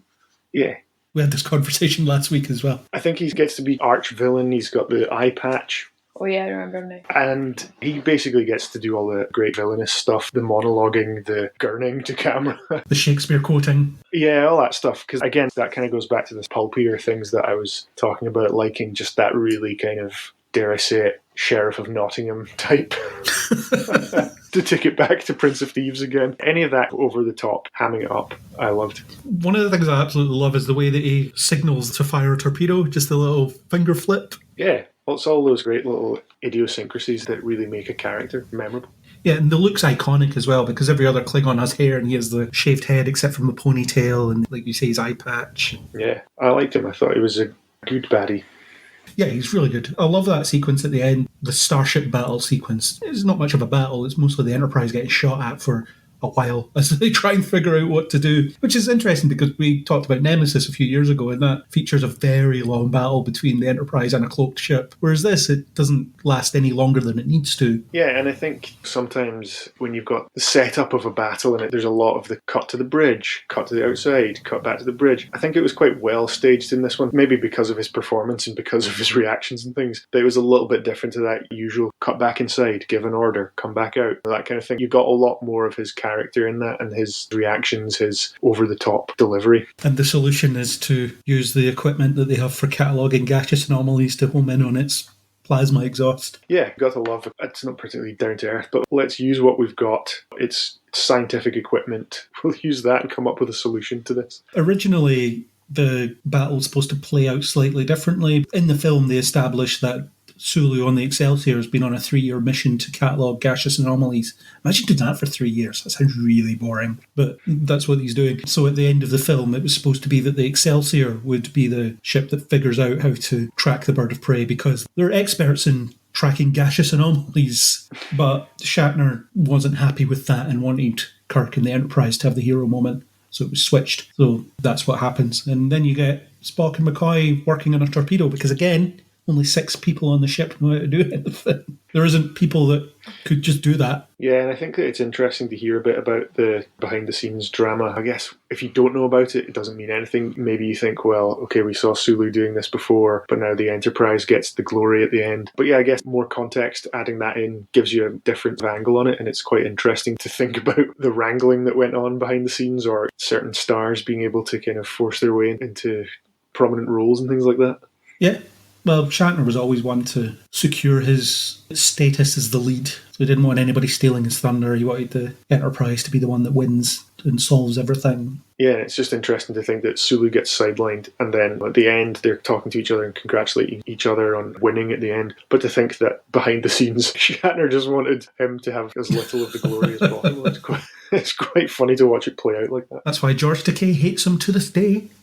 That's one of the reasons. There's a lot of reasons. Shatner isn't well liked among his co-stars. Yeah, a complicated individual. That's for sure. It's what it is. After this, George Takei was campaigning quite passionately to get some kind of Excelsior, either TV series or a film, but it never happened. The closest that happened was that he appeared in an episode of Voyager on the Excelsior. As himself. Not as George Takei, no, but Sulu was in an episode of Voyager. That would have been interesting. It was actually a flashback to the events of this film. Basically, they fight a Klingon ship in a nebula. It's not that interesting, but it does happen. It's set during this film, and it turns out that Tuvok, who's a character on Voyager, is on the Excelsior. Yeah. But also, in that Voyager episode, there's a guy that dies in the flashback sequences that appears at the end of the film on the Excelsior. So that's the Voyager writers not actually watching the thing that they're putting into their episode. Presumably all be explained away with twin brothers. Yeah, I guess his twin brother also works on the Excelsior in the exact same job. Yep. Sure, why not? I like seeing Sulu in command in this film. I wish I'd seen more of it because he's quite good at it. He's seasoned, and I like the loyalty that exists. Still feels that connection to his old crew, as in stands ready to assist and pretends that this signal is breaking up and all that stuff. Yeah, I like that it shows. Yeah, obviously it's great to see all the original crew working together on the same ship, but it does show a bit of progression. It shows that we're further down the line here, and it's quite interesting, I think, whenever there's one of those characters off doing their own thing, hints at a sort of wider organisation that they're all involved with. I don't know, maybe it would have been too much to have them all kind of spin off into their own things, but yeah, I just like it. I like that it expands the organisation a bit. There's other examples of abandoning protocol in favour of loyalty in the film as well. You've got even Spock telling a bit of a fib to make sure that the Enterprise gets to stay out in space. Mm-hmm. But where he says to Scotty, I understand you're having problems with the warp drive. Scotty's like, there's nothing wrong with it. Mr. Scott, if we return to space dock, then there's no chance of us seeing the captain and Dr. McCoy again. He's like, oh yeah, could take weeks. It's just old school loyalty. It's what you like to see. Yeah, and it's good that these sorts of nuances aren't immediately obvious, but all it takes is one line and he knows what he's on about. Yeah, Scotty has some great material in this film, actually, complaining about everything. Although he does have that awkward moment where he says, I bet that Klingon bitch killed her father, which is quite intense as a line of dialogue. And then he justifies it by saying that she didn't shed one tear, and Spock says it's hardly conclusive because Klingons have no tear ducts. He, of course, meant she didn't seem that upset, but Spock took it literally, which I liked. Yeah, I think that's probably just the sort of thing that was a bit of extra characterization or flavour, and maybe doesn't play quite as well to today's audience, but yeah, I think it was probably just an attempt to give him a bit more attitude. Spock probably understood what Scotty was saying, but I think that was his way of saying, you're being ridiculous. Just a nice little character beat, really works. But I love that action climax because it's full of character stuff. As in, you've got Spock and McCoy getting to banter one last time as they modify their torpedo. They're just chatting away. McCoy gets to say about Chang, I'd give real money if he'd shut up. Stuff like that. Really great. It's a great sequence. And then where the Enterprise and Excelsior just pile on the bird of prey once they know what to shoot at. Loved it. Again, it's a sequence that doesn't overstay its welcome. It only lasts a few minutes, really, but it's exciting and full of personality, I guess, is what I'm looking for. Yeah, and it's probably indicative of that era of Star Trek and movies in general. You said that it doesn't last particularly long, and I think that that's quite good compared to, we quite often complain about third acts or the ultimate battles at the end of movies that just go on too long. Yeah, it's good when there's a bit of brevity. Yeah, and the bird of prey explosion is going to be great for future iterations of the franchise because they'll get their money's worth out of that effect shot, so much so that they use it again in the next film. In Generations, they reuse that same explosion. Presumably that was picked up upon by fans, by viewers, or was this the sort of thing that only came about when people had access to home media of it to watch it over and over again and think, wait, we've seen that exact shot before? I think that's one of those things that Star Trek fans have always known about because the 60s show was heavily low budget, so there was a lot of reused effects shots. There's only so many flybys of the Enterprise that exist. They reuse a lot of stuff. Same in The Next Generation. In fact, same in every Star Trek series, really. They reuse everything that they can. How many shots flying past the Enterprise do you need to see, really, It's just an establishing shot. Ultimately, I think it's things that people don't really care that much about. It's something that's grown in the modern internet culture of people pointing these things out and saying, oh, this is crap because of this. Look at how crappy low budget this is. It's just efficiency of what you've got available. You don't need a new shot for this. Yeah, and it's almost like the shot is the code for that's victory. You've achieved this moment, which even if you as an audience have seen it before, you know that that's the code for they win. Yeah. So I don't think it's anything that you really bother about. Even in Generations, they reuse shots of the Enterprise from the TV show in the film because it's a good cost-saving measure to not make another one when you don't need it. Yeah. So it's not something that ever bothered me. And I'm sure the Bird of Prey destruction was used a couple of times in Deep Space Nine as well. So, yeah, good money's worth. After that, they beam down to Kittimer and get involved in the peace conference. The thing that I always find amusing is they send the heavy-set Scottish man up a really long flight of stairs to take out the assassin. Yeah, well, I suppose when you've got everyone else accounted for and everyone else has a task or a role, there's got to be something for Scotty to do. Such as trying to fight your way through the crowd, like some other do. Yeah. You get the assassination, which is, funnily enough, the actor who plays Odo in disguise. Odo in Deep Space Nine in disguise. Colonel West, who appeared earlier in the film. He's not in the theatrical cut at all, though. They got rid of all of that for the theatrical cut. Because Gene Roddenberry didn't like the idea of Starfleet being a military, so they got rid of all that for him, and he died before this film came out, actually. But didn't like what they were doing with it while it was being made, because he didn't like conflict. That was a thing that he forbade in the first season of The Next Generation, character conflict, and all the writers were like, how do we write a script with no conflict in it? And there you have season 1 of Next Generation, and it sucks for that reason, and others. Basically, it all wraps up from there, and Kirk gets it. He finally gets it. He understands the future is coming, and he needs to embrace it, and he seems to at least internalize the notion that all Klingons aren't awful, and there is a future where peace is a better option. What do you think of that as a conclusion? Peace being an option, I don't know. Well, you didn't like him being racist, I suppose, against Klingons, so he comes around in the end. What do you think? I think knowing that they were purposely trying to be confronting, which I now understand. I think at the time, when we watched it last week, I was a bit like, what is going on here? So it was just a bit more challenging to watch maybe a major motion picture portray themes in a really blatant and quite brash way that I think this quick come around of, okay, I've been locked in a prison and I'm now not racist, and so peace can exist. It's just really, I don't know. I just think I'm not on board with this one. I think it's difficult to answer that. Well, I think with Kirk coming to that level of understanding, obviously it completes his arc that is set up from the very beginning of the film, and it feeds into that idea of only Kirk being sent on this mission will be taken seriously. So what happens? You end with Kirk giving a speech about how he understands what Gorkon was saying, and he understands that a peaceful future is something they need to embrace. So everybody in that room, knowing what they know about Kirk, will see those words as important because of who is saying them. It's the only Nixon could go to China thing. He's achieved something there. And it's a bit of a cheesy line where the daughter says, "You've restored my father's faith," and he says, "You've restored my son's." I'm not sure what he's getting at there. But I love the sentiment of, I understand it now, and we need to welcome this future.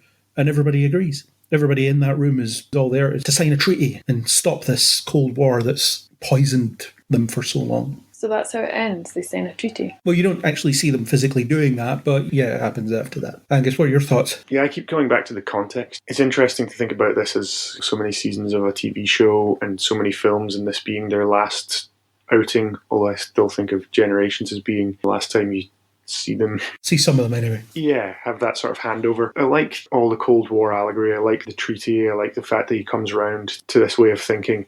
I just think about all the stuff that came before and all of the animosity and stuff that had built up over that time. So I think it's interesting to see it resolved in a way over the space of a film, which you need to, because a film has to start somewhere and has to end somewhere. But I kind of wonder about it in terms of being a bit too neat in like, okay, now that this particular adventure has happened, he sees it all a different way. And now I value Klingons all of a sudden. I'm trying to think about it in terms of, as Craig said, it's the final movie where they're all together. If I compare this to like Fast and Furious, if you were to say like, this is the last Fast and Furious film, I'd be like, this better be epic. This has to be incredible, and it has to be full of all of the things that we enjoy about the franchise and love about the individual characters. And if you were to say this was the final movie for those characters, personally, it's a bit disappointing. It's funny that you should say it, because I was thinking when we were watching it, I was imagining sometimes you see those things where they switch the music on a movie or a TV, and I was like, imagine if at the end of this, Charlie Puth and Wiz Khalifa kicked in, and it was like where Paul Walker and Vin Diesel are going their separate ways. If that exists out there, or if someone wants to make an edit of that, I will watch it and laugh, because I will watch it too. I'd probably shed a tear or two.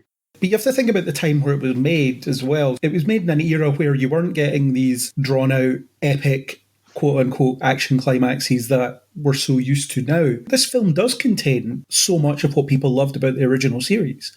Like I said, you've got Kirk in the thick of it, getting in fights, seducing women, etc. That was one of the hallmarks of the original series. And if this was made now, you can imagine the finale would be far more boisterous than it is here. But it was made in 1990 and released in 1991. Yeah, but you still get really epic films from that time. It's not high octane and adventure was beyond their grasp. No, but I would always argue that Star Trek is never supposed to be that. And Chris Pine said in an interview recently that he agrees that Star Trek does not need to be $1 billion grossing franchise. And they kept trying to make it a summer blockbuster, which doesn't work. Make a thoughtful film for less money and you will get a return on it, because people will watch it and get something out of it. This wasn't an immensely high budget film. A lot of the budget went to the cast, actually. I think it delivers a satisfying conclusion to those characters. It's just the fact that it ends with them saying, we're done now. We're going to go and retire, and that's us. We won't be seen again, apart from 3 of us in the next film. That's quite a cute way to end it. To be like, okay, and goodbye.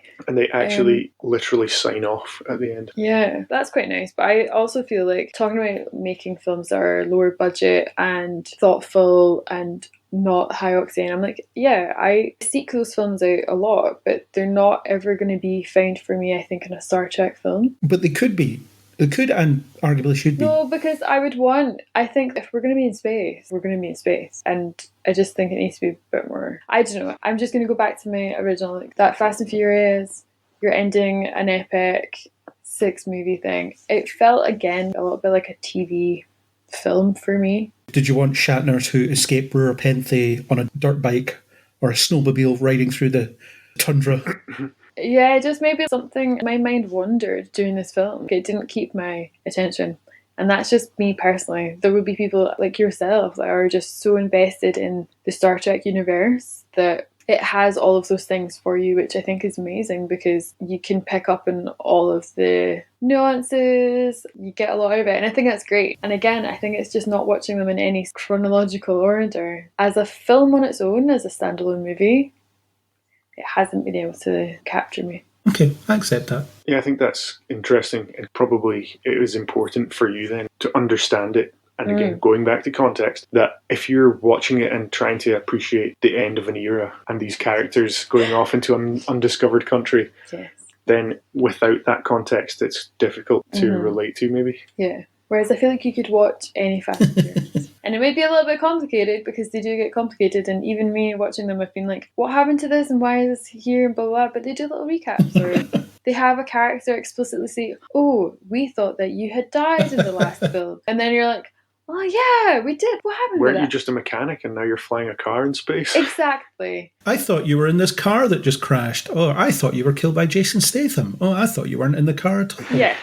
Exactly. They clear it up, and that's great. I think coming in as a rogue viewer for this movie was a really interesting experience. By the time this podcast releases, I might have seen the rest of season 3 of Picard, which is selling itself as the closing chapter for the Next Generation crew. And I shudder to think how manipulatively saccharine it's going to be, because I feel like it's going to try and force these emotional beats on you in a really inorganic way, because that's just my perception of the Picard show. I don't feel the authenticity that I should, but I feel the authenticity here. It does feel like a respectful farewell to these characters, and it's never undone. You could argue that Generations undoes it a little bit, but it doesn't really. Angus, with you as the knowing a bit about Star Trek, you could be the Dr. McCoy to me and Natalie's Kirk and Spock. Offer the middle ground here.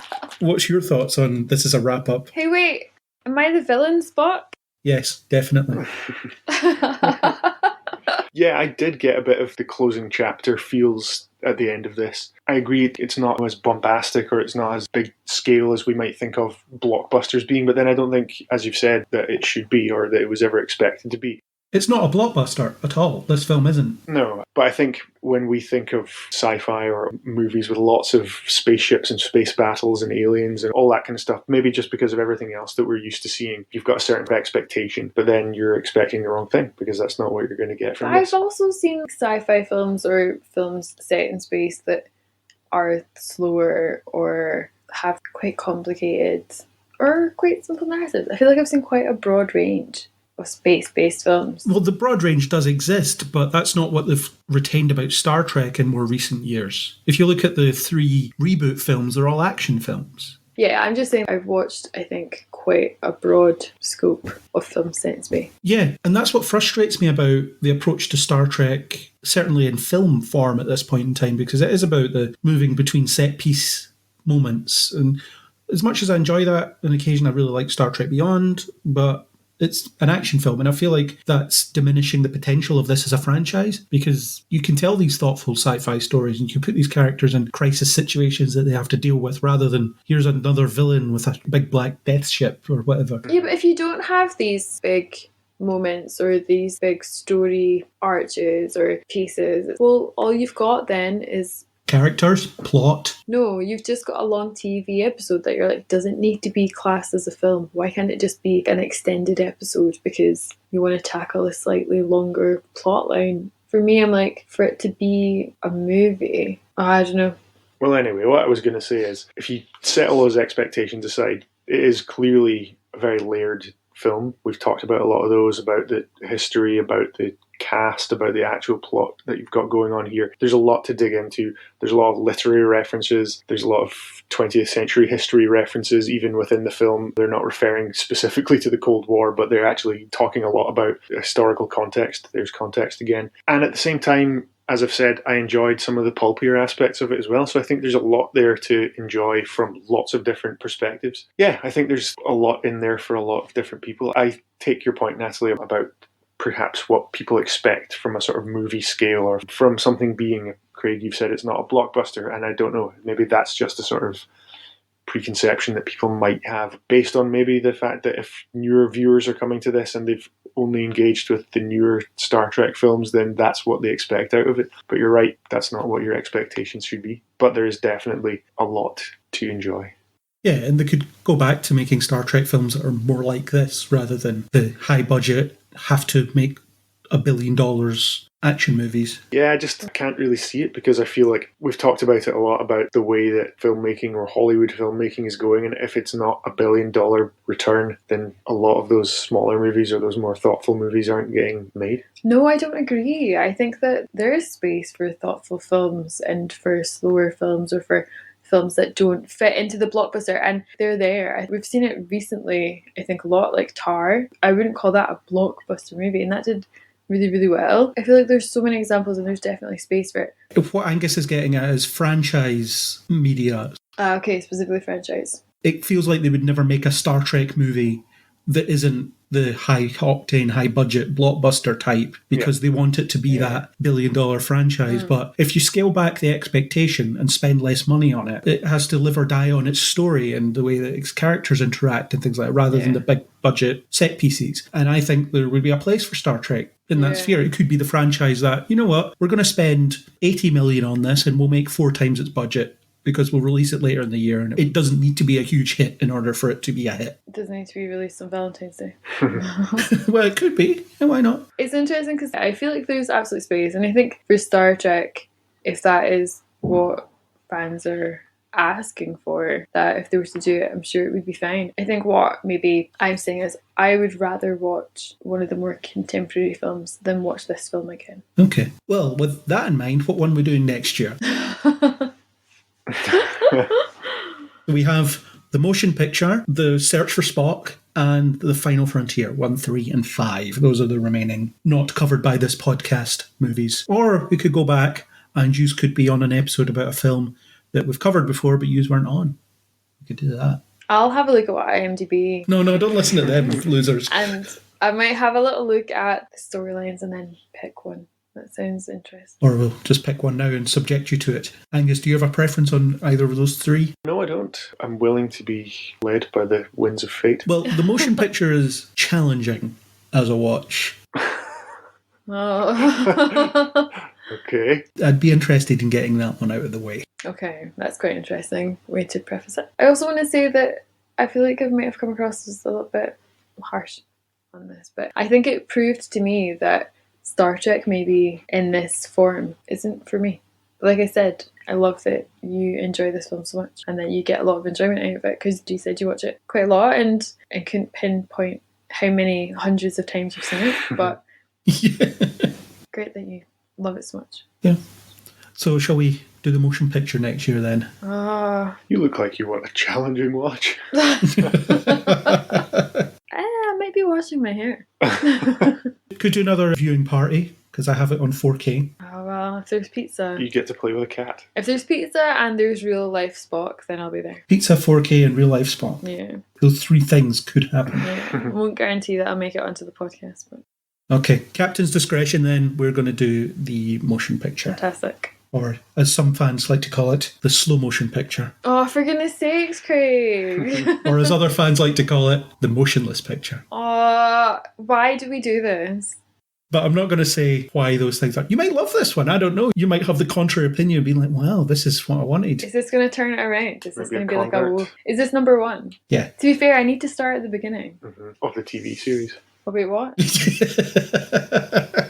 Okay, let's just do some brief wrap-up thoughts then, now that we've decided what we're doing next year. So, Angus, final thoughts. I liked that the trial made me think of Transformers 1986. I liked the prison stuff. I liked a lot about this. I liked all of the different layers. I like the fact that it was the sign-off, even though, as I've said, I do think of Generations as being the handover. The undiscovered context is maybe where I need to go. Because we've jumped around and we haven't watched these in order, I think I would find it more effective if you go all the way through the movies, although as you've now been saying, 1, 3 and 5 aren't good. And 3 is good. I like 3, actually. okay. But yeah, I wonder how it would play out as this culmination of a 6-movie cycle. Maybe that gives you a whole different perspective on it. But in general, I enjoyed it. I like being in the middle of you two.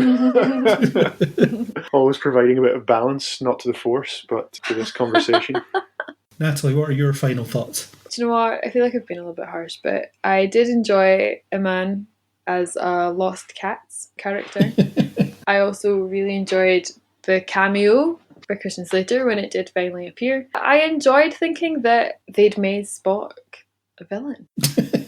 I think maybe that's what I'm feeling better about, because actually they weren't up to that at all. Personally, it felt a bit of a challenge to watch it, but I think that, again, we've established it's just because these characters have obviously been developed a lot in other movies, and it just, they weren't the ones that I've seen.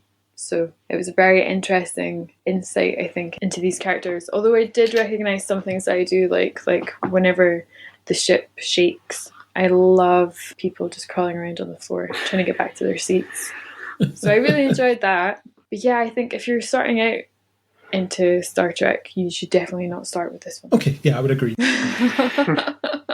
Finally, consensus. Yeah, my final thought, favourite Star Trek film, absolutely love it. I know it's popular to say The Wrath of Khan's the best one, but to me this is the best one for all sorts of reasons. I've seen it countless times and I will watch it countless more I believe across that. the rest of my life. Might watch it tonight, I don't know. Oh my Who god, knows? do it. No, I'm not going to watch it Do tonight. it and then think about Fast and Furious. I'd rather not think about Fast and Furious. I have to say that's another thing I really liked. I like that Gus and I both thought about Fast and Furious while watching this film.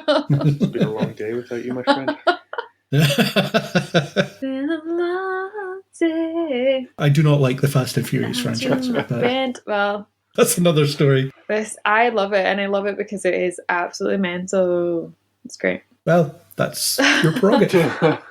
Yeah. Thanks for taking me on this wild ride, I think. Looks like we've once again saved civilization as we know it, to quote Kirk himself. Oh, We did it, you guys. we did it. That was our discussion about Star Trek VI, The Undiscovered Country, as our First Contact Day celebration. So happy minus 40th anniversary of First Contact to everybody. Hope you all celebrate in the best way possible, which may be watching some Star Trek. Watch some good Star Trek. Be good to yourself. Do that. I would like to thank Captain Meatshield for the supplied music. And Angus, Natalie, I'd like to thank you for joining me on this trek. Oh, thanks for having me. I know it's been difficult. Happy First Contact Day. Live long and prosper. If you enjoyed what you heard, please do subscribe on Spotify, Apple Podcasts, anywhere you get your podcasts, and you can mash a button that lets you review things with usually a star rating for a Star Trek podcast. Natalie, how many stars? It won't be quite as many as in the universe, but there'll be some. How many? I'm going to go with it's a black hole. No stars then. Well, I think depending on which side of the black hole you're on, there might be no stars, there might be all of them. But for me, I'm on the no stars side. I don't think you're being asked for a rating just now. Wait, what? How many stars should people give this podcast? Oh. Is the question I was asking. I thought you went to film. No. We only do this every time. How many stars do people get? 5. All of them. 5 stars. All of Star the Trek. stars. Yeah, 5 Star Treks. And comment as well would be very much appreciated. And if you want to talk about the Undiscovered Country, Star Trek in general, or anything really, you can hit us up on Facebook or Twitter under Neil Before Blog, or leave us a comment on neilbeforeblog.co.uk. And as always, we hope you'll join us second start of the right and straight until morning on the next Neil Before Pod. Oh, beautiful.